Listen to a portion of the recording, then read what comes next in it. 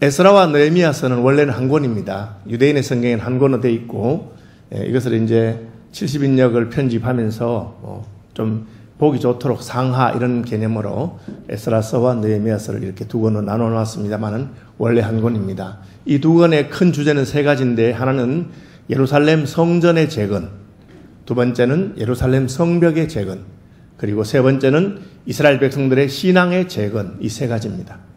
성전의 재건이 왜 중요하냐 하면, 성전이 있다고 해서 우리가 하나님 기뻐하는 대로 다 사는 것은 아니지만, 하나님을 기쁘시게 하고자 하는 이들은 성전 중심의 신앙생활을 하는 것이 당연하고 옳습니다.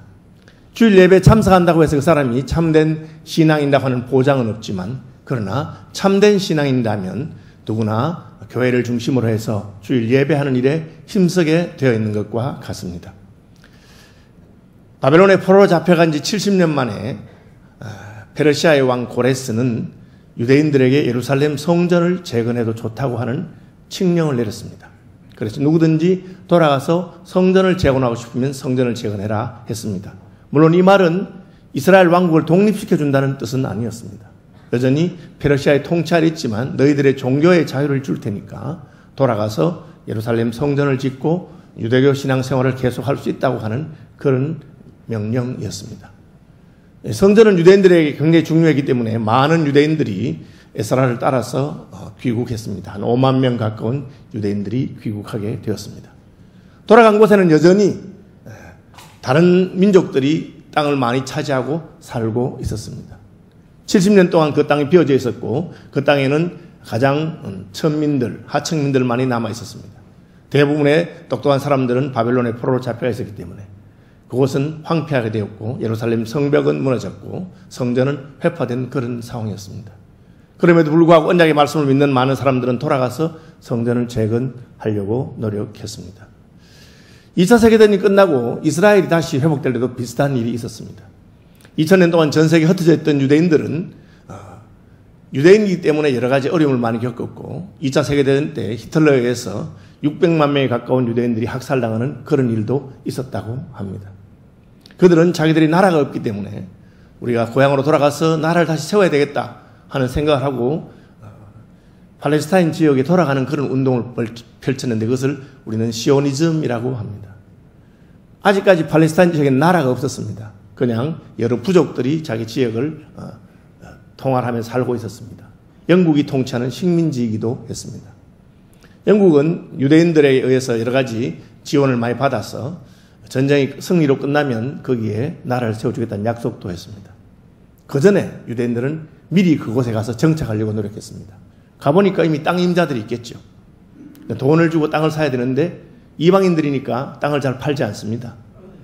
부족 국가 형태이기 때문에 좋은 땅은 이미 팔레스타인 사람들이 다 차지하고 있고, 안 좋은 땅, 주로 해변가에 있던 습지대라든지 아니면 광야지대, 사람이 살지 않는 그런 지역을 중심으로, 그것도 비싼 값을 주고 유대인들이 땅을 사는 운동을 벌였습니다. 돈을 벌었던 유대인들은 많은 돈을 투자해서 더 비싼 값을 주고 쓸모없는 황무지 땅을 사게 됩니다. 그래서 2차 세계대전이 끝나고 해방이 될 무렵에는 그 지역에 2000년 동안 거주하던, 2000년 동안 유대인이 떠난 다음에 들어와 살던 아라비아 사람들하고 유대인들하고 비율이 거의 2대1 정도로 3분의 1 정도는 유대인들이 거하는 그런 정도까지 대단한 돈과 노력이 들었던 것을 말합니다. 그리고 유대인들이 샀던 땅들은 사실은 못 쓸 땅이었는데 지금 가보면 정반대로 되는 걸 알 수 있습니다. 유대인들이 그 땅을 개발해서 황무지를 옥토로 만들고 습지를 아주 좋은 주거지역으로 만드는 그런 노력을 많이 했습니다. 그 뒤에 또 그렇게 약속하고 해방이 되었음에도 불구하고 팔레스타인 나라와 이스라엘 나라가 세워졌을 때 아라비아 지역에 있는 이슬람 공동체는 이스라엘 사람들을 쫓아내기 위해서 전쟁을 3번에 걸쳐서 일으킵니다. 너무 놀랍게도 작은 나라였던 몇백만 되지 않는 유대 공동체는 5억에 가까운 주변에 아랍 공동체와 싸워서 3번 다 전쟁을 승리하고, 승리할 때마다 땅을 더 넓게 차지하는 그런 일이 있어서 오늘 이스라엘이 세워졌다고 합니다. 저는 이번에 이제 이스라엘에 가서 그런 설명을 들으면서 에스라와 느헤미야 시대에도 같은 일이 있을 것입니다. 그들이 돌아갔지만 그들의 나라가 아직까지 해방된 것은 아닙니다. 그저 성전을 지을 수 있는 권한을 얻었습니다. 그 땅을 그냥 주었을까요? 돈을 주고 사야 됐을 것입니다. 그 사람이 살지 않는 땅이라면 새롭게 사람이 살 수 있도록 개간하는 그런 일을 했을 것입니다. 에스라가 성전을 짓다가 한꺼번에 완성된 것이 아닙니다. 중간에 고레스 왕의 칙령이 있음에도 불구하고 투서들이 자꾸 올라갔습니다. 저 사람들이 성전을 짓는 것은 불순한 동기에서 짓습니다. 원래 유대인들은 아주 권력에 대해서 저항하는 민족이기 때문에 저 사람들을 성전을 짓도록 해준다면 저 사람들이 다시 반역을 일으킬 가능성이 많습니다. 그래서 정권이 바뀔 때마다 허가했던 허가가 성전 건축 허가가 취소되기도 하고 주변의 사람들이 반대해서 여러 가지 어려움을 겪었던 것을 알 수가 있습니다. 그런 중에 느헤미야라고 하는 사람이 페르시아의 고위 관료가 됐습니다. 그는 아닥사스다 왕의 포도주를 맡은 관원장이라고 했는데 포도주 맡은 사람이 무슨 높은 자리겠나 생각할 수 있지만 고대에는 왕의 측근이라고 했습니다. 왕이 먹는 술을 담당하는 사람입니다. 여러분 아신 대로 창세기에도 요셉의 꿈을 해석하는 술 맡은 관원장이라고 하는 말이 나옵니다. 떡 맡은 관원장과 술 맡은 관원장. 왕의 측근이죠. 우리는 국무총리뿐 아니라 대통령 비서실장이 굉장히 높은 자리라는 것을 알고 있습니다. 왜 그렇습니까? 대통령의 최측근이기 때문에 그렇습니다. 느헤미야는 유대인으로서는 드물게 아주 성공하고 출세한 몇몇 사람 중에 한 사람입니다. 그는 왕의 포도주 맡은 관원장이었습니다. 1장 1절에 보시면 아닥사스다 왕 20년 기슬로월에 그가 수산궁에 있을 때 페르시아의 수산궁에 있는데 자기의 동생 하나니가 예루살렘의 형편을 전달했습니다. 오늘날 같이 매스컴이 있는 시대도 아니고 인터넷도 없습니다. 인편으로 소식을 듣는데 예루살렘 성이 황폐하기 짝이 없다. 성벽은 다 무너져 있고 성문은 불에 탔다는 소식을 듣고 그런 마음이 아팠습니다. 조국의 어려운 형편을 들을 때 그런 가슴이 뜨거웠습니다. 여러분 아까 말한 것처럼 교회의 형편을 들을 때 교회의 일을 위해서 열심히 헌신한다고 해서 그 사람이 반드시 참된 믿음의 사람인가를 우리가 알 수는 없습니다. 그러나 참된 믿음의 사람이라면 누구도 교회가 어려움을 당한다고 하면 그 가슴이 뜨거워지고 내가 무엇인가를 해야 되겠다고 생각하게 되어 있습니다. 느헤미야는 예루살렘의 형편을 듣고 그가 무엇을 해야 될지를 하나님께 물으면서 기도하기 시작했습니다. 그 기도는 자그마치 4달 동안 계속되었습니다. 2장 1절에 보면 제20년 니산월이라고 나옵니다. 기슬로월과 니산월을 유대의 종교력인데 오늘날 식으로 말하자면 음력 9월과 음력 1월이라고 할 수 있습니다. 물론 약간 다르긴 한데 어쨌든 9월, 10월, 11월, 12월, 1월이니까 10월, 11월, 12월, 1월이 4달 정도의 기간이 있었던 걸 알 수가 있습니다. 이 4달 기간 동안 느헤미야 마음속에는 하나님께서 자신에게 전해주신 소식, 예루살렘의 성벽이 다 무너지고 성문이 불에 탔다는 소식이 가슴에 가득하게 되었습니다. 누가 그 성벽을 재건할 수 있을까? 이 성벽 재건이 왜 중요하냐면 예루살렘 성전이 제대로 보존되려면 성벽이 있는 성 안에 성전이 있어야 됩니다. 성전이 있기 전에는 성막이 있었죠. 성막이 있을 때는 어떻게 했습니까? 광야에서 성막이 있을 때는 이스라엘 12지파가 동서남북의 3지파씩 성막을 둘러싸서 동서남북의 3지파씩 자기들의 집을 성막 바깥에 지으면서 아무도 성막에 함부로 접근할 수 없도록 그렇게 사람의 장벽을 둘러서 광야 생활을 했던 것을 알 수가 있습니다. 광야 생활이 끝나고 약속의 땅 가나안에 왔을 때 성전은 다윗 왕 시대에 계획되기 시작하는데 다윗 왕이 예루살렘 성을 수복하면서 그게 시작됩니다. 왜? 예루살렘 성은 가나안에서 가장 견고한 성이요 아름다운 성 중에 하나이기 때문에 여호수아 시대에 정복하지 못했고 사사 시대에도 정복하지 못했습니다. 다윗이 왕이 되었을 때 비로소 예루살렘 성을 정복했고 예루살렘 성을 정복한 다윗은 언약궤를 둘 성전을 지을 소원을 가지고 하나님께 아뢰입니다. 솔로몬 왕 때에 성전이 예루살렘에 지어지게 된 것을 알 수 있습니다. 왜 예루살렘에 성전을 짓습니까? 예루살렘 성이 가장 견고하고 안전하기 때문에 그렇습니다. 고레스 왕의 칙령 때문에 성전을 지었지만 성전 짓는 것은 계속해서 방해를 받습니다. 왜? 성전은 안전한 성벽 안에 있지 않았기 때문에 그렇습니다. 주변에 방해하는 사람들도 있었고 그리고 여러 가지 투서를 하는 사람도 있었습니다. 느헤미야는 이 성전 재건과 함께 성벽이 재건되어야 되는 것을 알았습니다.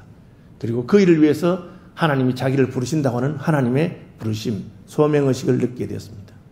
그는 4달 동안 기도하면서 기회를 기다리고 있었습니다. 그러다가 4달 후에 왕이 자신을 왕비와 함께 있는 자리에 부릅니다. 일반적으로 왕과 왕비가 같이 있는 자리는 사적인 공간이기 때문에 신하들을 잘 부르지 않습니다. 왕이 왕비와 함께 있으면서 느헤미야를 부른 것은 느헤미야가 왕이나 왕비에게 아주 친근하고 총애를 받는 신하인 것을 보여줍니다. 그는 그 자리에서 느헤미야에게 포도주를 한 잔 올릴 것을 말합니다. 느헤미야는 자기의 직무를 따라서 왕에게 좋은 포도주를 선별해서 왕에게 올리게 됩니다. 왕이 그 포도주를 마시려고 하는데 느헤미야의 얼굴 표정이 이상합니다. 성경에는 이렇게 되어 있습니다. 왕이 내게 이르시되 내가 병이 없거늘 어찌하여 얼굴에 수심이 있느냐.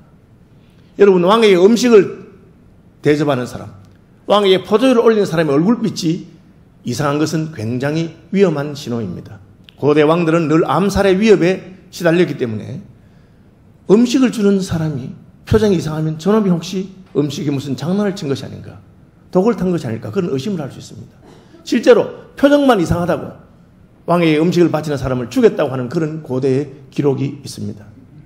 그러니까 왕이 이렇게 말합니다. 아니 느헤미야야, 너 아픈 데도 없으면서 내게 병이 없거늘 어찌하여 얼굴에 수심이 있느냐, 이렇게 말합니다. 왕이 어떻게 느헤미야가 병이 없는 것을 알았을까요? 그것은 왕이 느헤미야를 아주 친근하게 가까이 총애하는 신하였다는 것을 말합니다.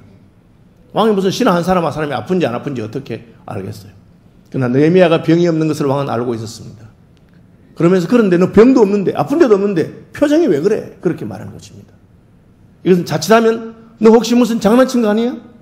너 왜 그래? 그런 위험한 질문으로 들릴 수 있습니다. 실제로 그 질문을 받은 느헤미야는 그때 내가 크게 두려워하였다 합니다. 아, 왕이 오해한 것이 아닐까? 느헤미야의 표정이 왜 그렇습니까? 그의 마음속에 근심이 있기 때문에 그렇습니다. 무슨 근심입니까? 그의 마음속에 예루살렘 성벽을 재건해야 된다는 근심이 있었기 때문에 그렇습니다. 바울 사도는 자기의 마음에 늘 근심이 있었다고 말하고 있습니다. 그는 이방인의 사도로 부름받았음에도 불구하고 내동족 유대인들이 예수님을 거부하는 것에 대해서 늘 마음에 근심이 있었습니다. 내동족 유대인들이 예수께로 돌아와야 되는데, 여러분, 내가 예수를 믿어서 선교사가 됐는데 우리 가족이 예수를 안 믿는다면 얼마나 마음에 근심이 있겠습니까? 그래서 늘 내 마음에 그런 근심이 있다고 말한 것과 같습니다. 느헤미야는 개인적으로는 성공했고 출세했고 높은 자리에 올라간 고위 관료가 되었지만, 그러나 그의 마음속에는 예루살렘을 소식을 들은 날 이후로 근심이 있습니다.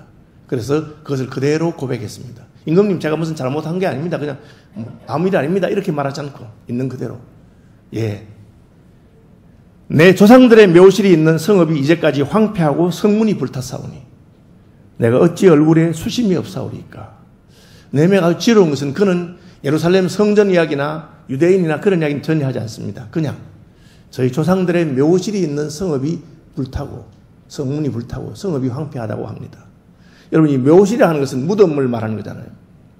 고대의 왕들은 자기 조상들의 무덤을 아주 크고 화롭게 꾸몄습니다. 그것이 자기의 영광이요, 그것이 자기의 조상들에 대한 마땅한 도리라고 생각했기 때문에 그렇습니다. 아시는 대로 피라미드라고 하는 것은 왕들의 무덤입니다.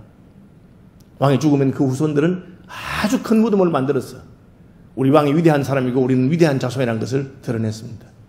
오늘날도 한국에서 성공하고 출세하면 자기 조상들의 묘역을 관리하는 것을 우리가 알 수가 있습니다. 그러니까 이 말은 왕에게 바로 이해가 됐습니다. 아, 느헤미야야, 네가 이렇게 높은 자리에 올랐는데 아니 너 조상들의 무덤 하나 제대로 관리하지 못하고 있었단 말이냐? 무슨 일이냐? 예, 제 조상들의 무덤이 있는 그 도시 자체가 파괴되었고 성문이 불타서 그렇습니다. 그러니까 왕이 당연히 그래? 그럼 내가 너에게 어떻게 해주면 좋을까? 그렇게 말합니다. 왕이 내게 이르시되 그러면 내가 무엇을 원하느냐 하시기로 소원을 말해봐라. 내가 들어주마. 느헤미야는 기회가 온 것을 알았습니다. 왜? 그는 기도하던 사람이었기 때문입니다. 여러분, 우리가 기도 제목을 가지고 기도하면 하나님께서 때를 알려주십니다. 저는 이것을 하나님의 결제라고 합니다. 하나님께서 허락하시고 결제하는 것이 있습니다. 그럼 그때는 하나님께서 결제하셨기 때문에 모든 일들이 잘 순적하게 진행될 수 있는 것입니다. 바벨론 왕이 무너뜨린 성읍입니다. 그냥 어쩌다가 무너진 성읍이 아닙니다. 전쟁에서 패했고 다시는 이 도시를 건축하지 못하도록 다 무너뜨린 것입니다. 그런데 그 도시를 지금 재건해달라는 부탁을 해야 되는 겁니다. 그는 아주 교묘한 말로 그냥 우리 조상들의 묘실이라고 말했지만 구체적으로 들어간다면 그것은 어떤 일인지 다 왕이 알게 될 것입니다. 그래서 느헤미야는 잠깐 기도합니다. 내가 곧 하늘의 하나님께 묵도하고, 이게 묵도라고 하는 말은 소리 내지 않고 기도한다는 뜻입니다. 지금 네헤미야는 기도실에 갈 형편되지 않고 무릎을 꿇고 기도할 수 있는 그런 상황도 아닙니다. 소리 내서 기도할 수도 없습니다. 그렇지만 지금 자기가 왕이 너의 소원이 무엇이냐 물었기 때문에 잘 대답해야 하는 것을 알았습니다. 그리고 그는 잠깐 기도하고 왕에게 대답합니다. 여러분, 이 짧은 기도가 굉장히 중요합니다. 저는 이번에 여행 중에도 여러분들이 저를 위해서 기도하는 것을 많이 느꼈습니다. 특별히 제가 인도네시아 대양주 총회에 참석하기 위해서 쿠알라룸푸르에서 비행기를 갈아야 됐는데 그 비행기표를 끊었는데 체크인이 안 되는 거예요. 요즘 다 온라인 체크인 됩니다. 계속 체크인이 안 되고 나중에는 당신의 예약이 없다는 말까지 나왔어요. 제가 굉장히 당황스러웠습니다. 만약 그 비행기표가 없으면 저는 가지도 못하고 새로 비행기표를 끊어야 되면 시간이 어떻게 될지도 모르고 어떻게 했겠습니까? 기도하기 시작했습니다. 하나님 도와주십시오. 가보니까 왜 그런 일이 있었는지 알게 됐습니다. 저희가 탄 비행기는 200석 정도 되는 큰 비행기는 아닌데 20명만이 타고 있었습니다. 그러니까 그 비행기 예약률이 너무 저조하니까 항공사에서 이걸 취소할까 말까 아마 고민했던 것처럼 보입니다. 20명이 됐는데 뜬 것은 아마 20명의 자기 생각 최소한의 승객이 탔기 때문에 아마 그 비행기를 띄운 것으로 저는 생각합니다. 만약 그 비행기가 취소됐으면 저희는 공항에서 하루를 보내거나 그 다음 일정이 굉장히 망가지는 그런 일들이 있을 것입니다. 여러분, 급할 때, 위기의 순간에 내가 어떻게 할까 모를 때 짧게 기도하는 훈련을 하시길 바랍니다. 저는 기도하고 그 비행기표가 어디서 얼마나 기뻤는지 모릅니다. 그리고 그 비행기표의 좌석을 받은 다음에 이제 기다리는 동안에 보니까 공항에 피아노가 있어요. 그래서 집사람과 함께 찬송했습니다. 한국말로. 이슬람 국가에서 당신 원하는 대로 피아노를 쓰라고 되어 있었기 때문에. 그런데 많은 사람이 듣고 박수도 치고 그분들은 우리가 찬송하는 줄 몰랐을 거예요. 하나님께 영광을 돌리고 그렇게 했습니다. 이슬람 국가에서 찬송하니까 제 마음이 얼마나 기뻤는지 모릅니다. 하나님 감사합니다. 좀 영광을 받으시길 바랍니다. 여러분, 짧은 기도도 위력이 있습니다. 왜? 하나님이 들으시기 때문에 기도가 위력이 있는 것입니다. 네헤미야는 기도했습니다. 그리고는 하나님이 주신 지혜로 말하기 시작합니다. 왕이 만일 좋게 여기시고 종이 왕의 목전에서 은혜를 얻었사오면 나를 유다 땅 나의 조상들의 묘실이 있는 성읍에 보내. 이제 유다라고 말합니다. 전 유대인입니다. 유대 땅에 있는 조상들의 묘실이 있는 성읍을 건축해 하십시오. 그것이 예루살렘 성이라고는 아직 말하지 않습니다. 유다 땅에 있는 우리 조상들의 묘실이 있는 성읍이 무너졌는데 다시 건축해 주옵소서. 한 걸음씩 나가는 거죠. 왕이 그래. 그때 왕후도 왕 곁에 앉아 있었더라. 아마 네헤미야는 왕후에게도 총애를 받았던 것으로 보입니다. 왕이 이렇게 말합니다. 왕이 내게 이르시되 내가 몇 날에 다녀올 길이며 어느 때에 돌아오겠느냐. 이 말은 그래 보내줄 테니까 영 가지 말고 일을 마치고 속히 돌아오면 좋겠다. 내가 늘 보내기 그렇지만 네가 꼭 가야 된다니까 보내주겠는데 며칠이 걸리겠느냐 그렇게 물어봅니다. 여러분, 네헤미야가 예루살렘에 가서 며칠 만에 성벽을 다 지은지 아십니까? 네헤미야서 5장에는 52일 만에 다 지었다고 했습니다. 여러분, 이게 말이 잘 안 되는 이야기입니다. 오늘날 같이 과학이 발달하고 설비가 발달한 21세기에도 집 한 채를 지으면 2달 만에 뚝딱 짓기 힘듭니다. 수개월이 걸리고 1년씩 걸리기도 합니다. 그런데 성벽을 재건하는 것을 자그마치 52일 만에 끝냈습니다. 저는 그 이유 중에 하나가 왕이 너 며칠 만에 그걸 마치고 오겠느냐, 언제까지 돌아오겠느냐 그렇게 물어봤기 때문이라고 생각합니다. 네헤미야는 이미 계획을 다 세웠고 최대한 빨리, 이를테면 늦어도 오는 길 가는 길을 포함해서 1년 안에 돌아오겠습니다. 그렇게 말했을 수 있습니다. 아니면 가는 길 한 달, 오는 길 한 달 제가 그리고 2달 만에 해서 4개월 만에 돌아오겠습니다. 어떻게 그렇게 말했을 수 있습니다. 그게 왕이 그래? 네헤미야가 나를 보내기를 좋게 여기시기로 내가 기한을 정하고, 얼마라고 말하자면 기한을 정했습니다. 그때까지 일을 마치겠습니다. 그 대신 내가 또 왕에게 아뢰되 왕이 만일 좋게 여기시거든 강 서쪽 총독들에게 내리시는 조서를 내게 주소서. 이 말은 유브라데스 강 서쪽에서부터 가나안 땅까지 중간에 많은 나라들이 있었습니다. 지금은 페르시아에 통찰했지만 그 지역에 총독들이나 분봉왕들이 있을 것입니다. 그들에게 무사히 통과할 수 있도록 통과할 수 해주십시오. 그렇게. 오늘날도 여러분 비자가 있어야만 통과하는 나라들이 많이 있습니다. 우리나라 패스포트는 아주 인기가 있어서 뭐 대부분의 나라에서 그냥 비자가 없어도 되지만, 그러나 여전히 비자를 요구하거나 비자피를 요구하고 그렇게 합니다. 저 인도네시아도 도착 비자를 요구하더라고요. 그렇게 하는 겁니다. 그래서 왕의 허락을 받았습니다. 비자를 받고 그리고 거기서 한 걸음 더 나갑니다. 또 왕의 삼림감독 아삽에게 조서를 내리사 그가 성전에게 속한 영문의 문과 성곽과 내가 들어갈 집을 위하여 들보로 쓸 제목을 내게 주소서. 여러분, 집을 짓는데 들보가 제일 중요합니다. 이것은 큰 나무라 해야 됩니다. 주로 레바논에 있는 백향목 나무가 사용됩니다. 그런데 이 큰 나무는 아무 데서나 구할 수 없는 것이고 또 그 지역의 총독이나 분봉왕들이 관리하고 있는 것일 수 있습니다. 페르시아 왕에게 큰 나무, 제목으로 쓸 나무를 베어 낼 수 있도록 허락을 받는데 말이 참 재밌습니다. 저의 집에 쓸 나무, 저에 살아야 되니까 당연히 왕이 허락할 것입니다. 제일 나중에 말합니다. 그 다음에 성곽에 사용될 나무, 당연히 성곽을 찍어서 놔야 됩니다. 그가 제일 처음에 말한 건 뭡니까? 성전에 속한 영문의 문과, 이 영문은 군사들이 거주하는 곳인데 성전을 지키는 군사들의 영문의 문, 갑자기 성전에 설정합니다. 네헤미야가 한 걸음 더 나간 것을 알 수 있습니다. 드디어 왕은 아마 이것이 무슨 성전과 관련된 것이구나. 그 예루살렘 성전 가지고 지어야 된다 말아야 된다 조사가 늘 왔었는데 그것도 관계되는구나 하는 것을 알았을 것입니다. 그러나 왕은 이미 허락을 했고 그 딸리에 있는 것이기 때문에 네헤미야의 부탁을 다 들어줍니다. 알았다, 내가 편지를 주겠다. 그리고 한 걸음 더 나가서 네헤미야 혼자 가지 않게 하고 자신의 장군과 마병을 보냅니다. 군대 장관과 마병을 보내어 네헤미야를 호위하게 하는 것입니다. 편지 한 장 달랑 들고 네헤미야가 간다면 각 지역에 있는 총독들이나 분봉왕들이 어떻게 대접할지 모릅니다. 그러나 페르시아 군대의 장관과 그 군대가 네헤미야와 함께 가기 시작했습니다. 그리고 네헤미야는 왕의 편지를 가지고 있습니다. 아무도 그를 막을 수 없었습니다. 그래서 네헤미야가 오랫동안 기도하면서 계획이 이루어질 때 어떻게 해야 되는 것을 준비한 것을 보여줍니다. 우리는 기도만 하는 사람도 아니고 계획만 하고 기도하지 않는 사람도 아닙니다. 하나님의 부르심이 있으면 그것을 위해서 기도하고 그리고 내가 할 수 있는 최선을 다해서 계획하는 사람입니다. 네헤미야는 그렇게 했습니다. 네헤미야의 본받을 점 또 무엇입니까? 그가 기도했고 기도한 것을 위해서 헌신했다는 것입니다. 그가 만약에 성벽을 재건하러 토목공사를 하게 된다면 그는 더 이상 페르시아 왕의 포도주 맡은 관원으로서의 경력이 끝이 나는 것입니다. 자기의 높은 자리를 포기하고 변방에 있는 예루살렘에 가서 토목공사를 지휘하는 사람이 되겠다고 한 것입니다. 왜? 그 일이 하나님의 일이기 때문입니다. 주의 집에 문지기로 있는 것이 왕들의 궁정에 있는 것보다 더 낫습니다.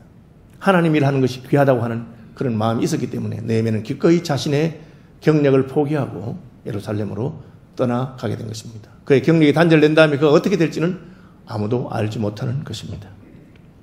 여러분, 네헤미야는 기도하는 사람이었고 기도하면서 받은 부르심에 순종하는 사람입니다. 그리고 그 부르심에 기도에 순종하기 위해서 헌신하고 자신의 권리를 포기하는 사람입니다. 그럴 때 하나님께서는 역사하십니다. 오늘날도 하나님의 교회를 위하여 성벽을 재건할 필요가 있습니다. 여러분, 성전만 필요한 것이 아니고 그 성전을 보호하는 성벽이 필요합니다. 중국 교회들은 성벽이 없습니다. 그래서 교회를 세워도 정권에서 한마디만 하면 예배당이 다 무너지는, 시진핑 정권 하에서 교회당 십자가를 끌어내리는 그런 일을 해도 아무도 말하지 못합니다. 성벽이 없기 때문이죠. 대한민국 정부가 세워질 때 하나님께서는 대한민국 교회를 위한 견고한 성벽을 많이 만들어 주셨습니다. 최근 국회의회는 기도하면서 시작했습니다. 우리나라 군인들은 군목이라고 하는 제도를 처음부터 만들어서 군대에 있는 동안에도 복음을 들을 수 있는 그런 제도를 만들었던 것입니다. 이런 것들이 견고한 성벽이 됩니다. 저는 코로나 시대에 우리가 복원을 위해서 이렇게 모이는 것이 제한된 것은 이해될 수 있지만 정부가 교회에 대해서 더 혹독하게 한 것이 아닌가, 그런 느낌을 가진 적이 있습니다. 다른 모임은 그냥 다투면서 왜 교회 모임에 대해서는 더 엄하게 제한을 두었을까? 그런 것은 교회를 보호하는 성벽이 어느 한 군데가 무너졌다는 것을 보여주는 것입니다. 여러분, 교회 성전과 함께 성벽 재건하는 것이 반드시 필요합니다. 네헤미야는 그 일을 위해서 헌신했고 기도했고 갔습니다. 막상 예루살렘에 가보니까 안팎의 위기가 있습니다. 밖으로는 도비아와 산발랏이라고 하는 두 사람이 이미 그곳에 정착해 있으면서 유대인들이 강해지는 것을 원치 않고 어떻게든지 방해하려고 하고 있습니다. 그들은 느헤미야를 흔들었고 그리고 느헤미야가 반역을 한다고 잘못된 소문을 퍼뜨리고 그렇게 했습니다. 느헤미야는 전혀 흔들리지 않았습니다. 그는 가서 어떻게 했습니까? 그런 위기가 있음에도 불구하고 담대하게 전진합니다. 내적으로는 먼저 도착한 유대인들이 이미 의욕 상실에 빠져 있습니다. 왜? 성전을 짓다가 반대에 부딪혀서 중단되었기 때문에 하다가 일이 중단되니까 낙심하고 있을 것입니다. 느헤미야는 가서 그 형편을 먼저 살핍니다. 11절에 보시면 내가 예루살렘에 이르러 머무른 지 사흘 만에 3일 동안 그는 기도하면서 상황을 살피고 3일째 밤에 최측근들을 데리고 예루살렘 성벽을 순회하는데 가보니까 마을이 아닙니다. 심지어 나귀 한 마리가 지나갈 수 있는 길도 없는, 나귀는 어지간한 길은 다 갈 수 있습니다. 나귀가 갈 수 없는 정도로 성벽이 무너지고 길이 막혀 있는 것을 보게 됩니다. 그는 골짜기의 시대를 따라서 겨우 도울 수 있었습니다. 그러나 그는 거기서 좌절하지 아니하고 이렇기 때문에 우리가 더 힘써야 되겠다. 빨리 성벽이 재건돼야 되겠다. 느헤미야가 한 방법은 무엇입니까? 그는 자신이 12년 동안 총독으로 재직하는 동안에 자기의 월급을 한 푼도 받지 않습니다. 그것을 헌신합니다. 그리고 유대의 부자들에게, 동족들에게 이자를 받지 말고, 동족들이 어려움에 처했는데 어려움에 처한 동족들에게 이익을 취해가지고 그들이 하나님 위해서 헌신하는 것을 방해하지 말라고 도전합니다. 그리고 모든 지파와 가족들을 다 불러서 함께 일에 동참하도록 합니다. 그 결과는 무엇입니까? 52일 만에 성벽이 재건된 것입니다. 이것이 가능합니까? 예, 느헤미야는 모든 지파와 가족들에게 구역을 정해주고 차례대로 지은 것이 아니라 한꺼번에 동시에 다발적으로 자기 맡은 구역을 쌓아 올리도록 그렇게 했습니다.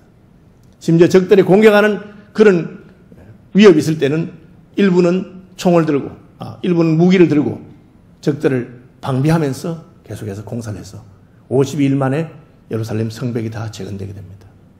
성벽이 재건되었기 때문에 이제는 그 성벽 안에서 느헤미야는 총독으로 다스리게 되는 것을 보게 됩니다. 아마 그는 성벽이 재건된 50일 이후에 페르시아 왕에게 보고를 했고, 이 성벽이 재건되었으나 이 성의 치안과 여러 가지 문제 때문에 저를 총독으로 세워달라고 부탁했을 것입니다.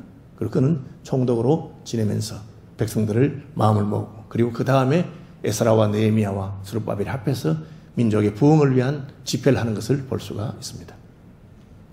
여러분, 성전 중심의 신앙, 오늘날로 말하면 교회 중심의 신앙이 너무나 중요합니다. 그러나 그것으로 멈추지 않습니다. 교회가 제대로 세워지기 위해서는 교회를 보호하는 견고한 정치적, 문화적, 사회적, 제도적인 성벽도 바로 세워져야 합니다. 그래서 기독교인들도 사회 여러 가지 문제에 관심을 가지고 어느 것이 우리 다음 세대의 신앙과 이 교회를 세우는 데 있어서 유익하고 좋은 것인가를 생각하고 바른 제도를 세우고 바른 문화와 풍토를 만드는 것이 필요할 것입니다. 그리고 그것이 세워질 때 우리에게는 신앙의 부흥도 가능한 것입니다. 느헤미야 한 사람이 하나님께 헌신함으로 말미암아, 기도하고 헌신함으로 말미암아 놀라운 복음의 역사가 이루어지게 됩니다. 오늘날도 여러분의 삶 가운데서 느헤미야처럼 하나님께 헌신하고 기도하고 순종하는 그런 역사가 있으시기를 주님의 이름으로 축복합니다.